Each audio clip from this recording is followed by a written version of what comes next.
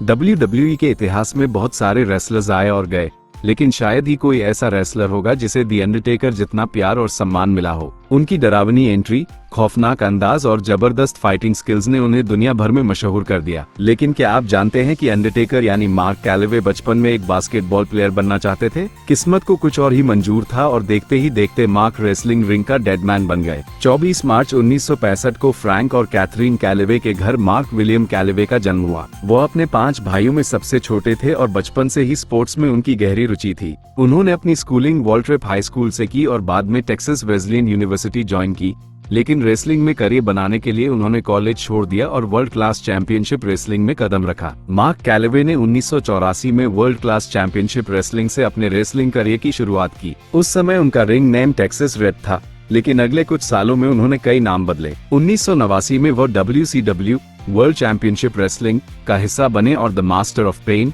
The punisher और बाद में मीन मार्क कैलिस नाम से फाइट लड़ी। हालांकि जब 1990 में WCW ने उनका कॉन्ट्रैक्ट रिन्यू नहीं किया, तो उन्होंने WWF world wrestling federation join किया। उनके डरावने लुक, 6 फुट 10 इंच की हाइट और भयानक आभा को देखकर उन्हें द अंडरटेकर की पहचान दी गई और यही नाम उनकी जिंदगी बदलने वाला था। 1990 की सर्वाइवर सीरीज में अंडरटेकर ने WWE में अपना डेब्यू किया, जिसे आज भी लोग याद करते हैं। उनके पहले मैनेजर ब्रदर लाओ ब्रूस प्रिचर्ड थे, लेकिन पॉल बेरर के आने के बाद उनका डेडमैन लुक और भी फेमस हो गया। पॉल बेरर हमेशा उनके साथ एक रहस्यमय कलश लेकर घूमते थे, जिससे उनका किरदार और भी डरावना बन गया। WWF में अपने पहले ही साल उन्होंने रैंडी सेवज, द अल्टीमेट वॉरियर और हल्क होगन जैसे दिग्गजों से मुकाबला किया। 1991 की सर्वाइवर सीरीज में उन्होंने रिक फ्लेर की मदद से हल्क होगन को हराकर अपना पहला WWF चैंपियनशिप टाइटल जीता और उस समय के सबसे युवा चैंपियन बन गए। हालांकि 1993 में योकोजुना ने उनका ये रिकॉर्ड तोड़ दिया। 1994 की सर्वाइवर सीरीज में उन्होंने योकोजुना को कास्केट मैच में हराकर बदला लिया। 2012 में अंडरटेकर WWE रॉ के 1000वें एपिसोड में केन के साथ नजर आए,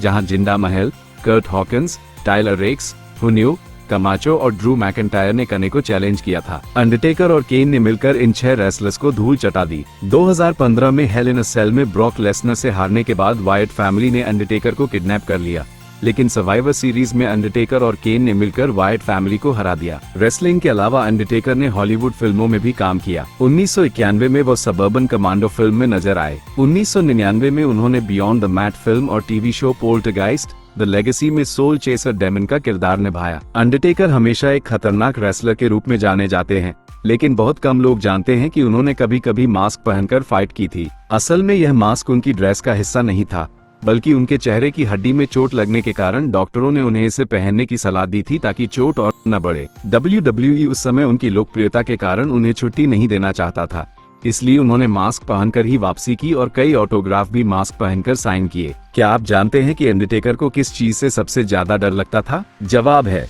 खीरा। हाँ, उनके मैनेजर पॉल बेरर के मुताबिक अंडरटेकर को बचपन से ही खीरे से अजीब तरह की एलर्जी थी। एक बार पॉल बेरर ने उनके साथ मजाक किया और उनकी हैट के अंदर खीरे भर दिए। जैसे ही अंडरटेकर ने हैट उठाई, उन्हें उल्टियां आनी शुरू हो गईं। ये पहली बार नहीं था, बल्कि जब भी उन्होंने खीरा देखा, उन्हें उल्टी हो जाती थी। अंडरटेकर का करियर WWE इतिहास में सबसे महान में से एक माना जाता है। उनकी डरावनी एंट्री, रहस्यमय पर्सनैलिटी और दमदार मुकाबलों ने उन्हें रेसलिंग का एक ऐसा लीजेंड बना दिया जिसे कभी भुलाया नहीं जा सकता। तो दोस्तों, ये थी द अंडरटेकर की कहानी।